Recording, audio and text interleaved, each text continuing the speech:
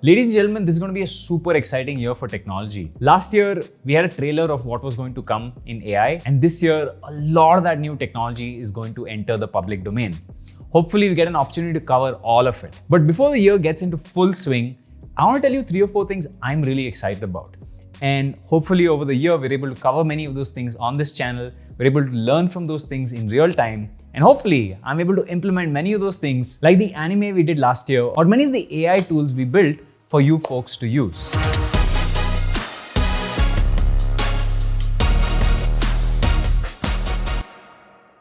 So the first thing that I'm really excited about is AI plus hardware.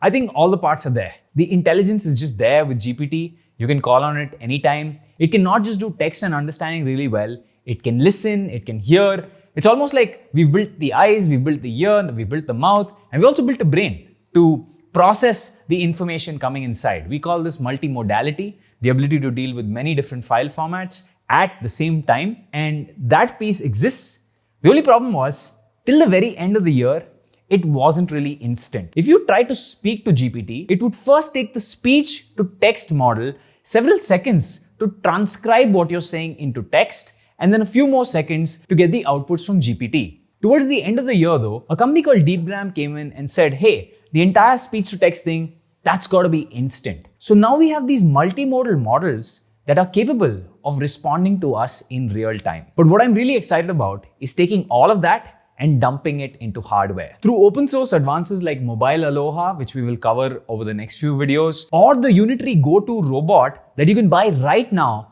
for $1,600 that will follow you around the house and basically has a brain in the form of GPT. I think we're getting to a point where these robots are going to be our friends.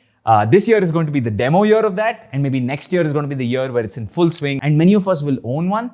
But on this channel, we'll break some of these things apart and show you the parts. In fact, I think AI plus hardware has a great moat. Now in the startup world, the word moat is very, very important. In the old days, when you had a castle, around the castle you had a water body called a moat. So the opponent army can't come running through your gates. They had to first go through that water. And there was a bridge and only you could cross the bridge because there were gates and that was fortified, right?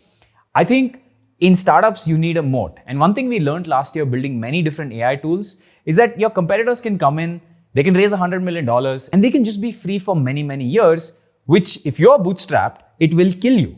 So what we learned is we absolutely need a moat. And one of the moats I am really bullish on is the ability to do hardware, because simply shipping something from a different country to here involves a lot of things, and the entire customs duty that would be applied if you were to ship a foreign product inside is enough of a margin to play with if I was looking for a moat. So this year we are taking our AI plus hardware ambitions to town. We are not sure it'll work. Most likely I think it'll fail, but you gotta try. I think the difference between influencers and founders is one side implements, or at least tries to implement, the other side just talks. So I will always like to be on the founder side, and that requires me to put my money where my mouth is and try these wonderful things. As you all know, at labs.aoscompany.com, we build custom models for other people. So it was very exciting last year to have the opportunity to build lots of fine-tuned models for other companies, both in text and in images. And the last couple of months, I've also been experimenting a lot with fine-tuning text-to-video models.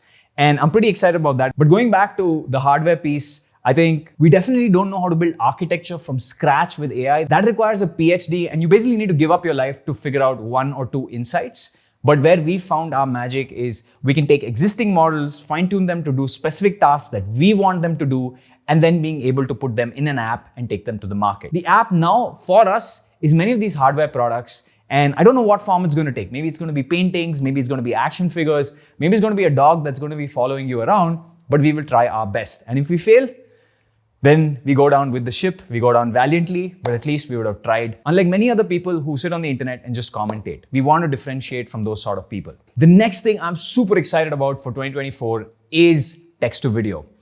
We are not going to get a solution that makes an entire movie for you anytime soon. It's a very complicated problem. And if you want to prompt one of these text-to-video tools today, like a stable video diffusion, put in an image of maybe a man going to a shop, it'll add some movement to it. Maybe he'll move the man's arms a little bit up and down. Maybe he's paying money to the shopkeeper, so you'll show his arm moving slightly up or down. Or, you'll have a river and you can animate just that river. But I feel like true text to movie is very, very far away. Having worked with text to video models, I can tell you that it just requires too many things to work together in concert. But I am bullish about a different way to solve video with AI, which is that you do the avatar separately, you're able to use AI to generate backgrounds like this one, you're able to put it all together, you're able to generate scripts, you're able to generate the audio for a person, and you're able to synthesize it all together.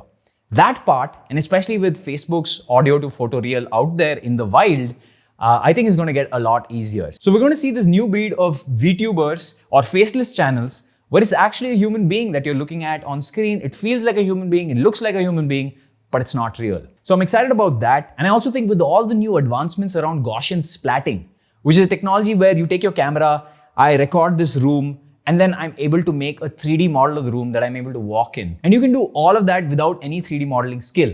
When Gaussian splatting came out, it didn't run on my computer, even though I have a pretty powerful GPU. But now, a few months in, many compute-efficient versions of this have come out. If you combine this with things like Segment Anything, which allows you to take the character from a frame and cut them out in a video, you can actually do this for free on tools like Runway ML, right? I think that's pretty phenomenal. So you can take a character which is digitally made, put them in any 3D environment you want, move the camera around because the Facebook audio to photo reel is a 3D avatar. I think you can do some crazy stuff, and you can relight all of it with switch light, so you can truly make some insane scenes, right? So I think that is going to be the route. That's why I'm really bullish on video editors, but they have the wrong idea right now by just thinking it's about making reels, right? I think it's about understanding the new wave of technology in AI that's coming this year. But I am excited about taking all of this new technology and making wonderful stuff for you guys to see. So last year we did the anime, and now a few months in, there are one-click tools to take a video and then make it anime, right? But when we figured it out, very few other people had figured it out. So I think we have to keep pushing the boundaries, and every 3 months, somebody is going to take the workflow that we have or some other workflow that's publicly available and then bill you some money to make it happen. But as long as you're following me, you should be able to do it before the curve comes. Just like that anime, I want to do some really cool stuff this year. So I do this weird series called Zero, where I try to talk about philosophy and I try to merge it with my understanding of the world, business, science, whatever I know, to the limits of my knowledge. And I really like the series, and this year, I want to do it in video and I want to do it really well. And I want to show off as many AI video advancements as possible. We'll start shooting that soon. I'm still writing the script. Now, the one thing we have learned over the years is you can't just put AI on something and slap it and send it to the audience. The content has to be good as well. So right now I'm focused on the script. I want to make something that you will watch and leave with wonder and awe. And that requires work. So that's what I'm writing right now. And eventually, once it's written, then we will go out and shoot it. But I'm really excited for that. The next thing I'm really excited about is the Apple Vision Pro. Now, I know, unfortunately, it's too expensive for a lot of us to afford, but I do want to play with it. I do want to see what it would be like for a truly well-polished VR experience. Now, I have the Quest 3 and it's pretty cool, right? I love the Quest 3. But from the rumors I've heard of the Vision Pro, it almost feels like you're in a different place. You can be in an island, you can be in the middle of a tsunami. And there are lots of movies that apparently, this is rumored, that Apple has been shooting in their new format for use on their new Vision Pro. So I'm really excited about that. A lot of you watching me don't know this, but I have a 50 episode free series on Unreal Engine on a hidden channel called Varun Maya Level 2. It's completely free. You can use it and you can learn both the design side as well as the coding side, the blueprint side of Unreal Engine pretty quickly. And I've been a big fan, right? The only thing is the metaverse never really kicked into full gear, and Apple Vision Pro is the mainstreamization of the metaverse. And I've been waiting for this for a long time. I love making games. I made a game called Mumbai Mein Ek Hadsa. I don't know if people know this. I've been a big fan of Unreal Engine. We made a card game in Unity last year. I've been a big fan of game engines and making games. It's just never been time. The problem with India is that India still doesn't use desktops, so it's all mobile games, and I'm not a big fan of mobile games, right? I don't play mobile games. I don't find it entertaining for myself, so I don't make them.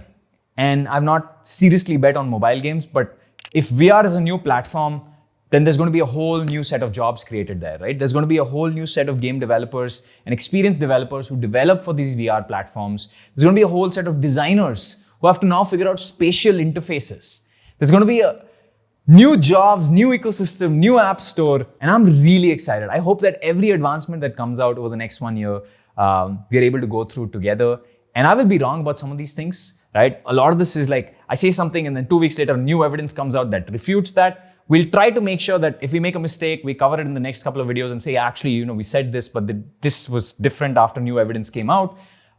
So we'll try to be as transparent as possible. We'll try to correct mistakes if we make mistakes. If we say the wrong things, I want to make sure that you guys are getting the right information. We implement almost every single repository we talk about. And the reason we do that with Overpowered as well. Any tool we talk about, we will use it. We'll show you an example. Any repository, we will implement it. Because otherwise, I'm just some guy giving you gyan, right? And that, I'm pretty sure, is available anywhere on the internet. So we want to try and implement stuff. And finally, I really want to do long form content. The problem with shorts is just so out of context that a lot of people are just triggered to hate you for no reason. I think it's important for me to be able to speak to you long form and try to give you some insights on my learning, what I truly believe in, all the mistakes I'm making. And I also want to try to buy all of this equipment and break it apart for you so you can see all of this happen real time. I want to document the evolution of tech in India over the next few years. That's it for me. I hope you're a subscriber and I hope you've hit the bell icon.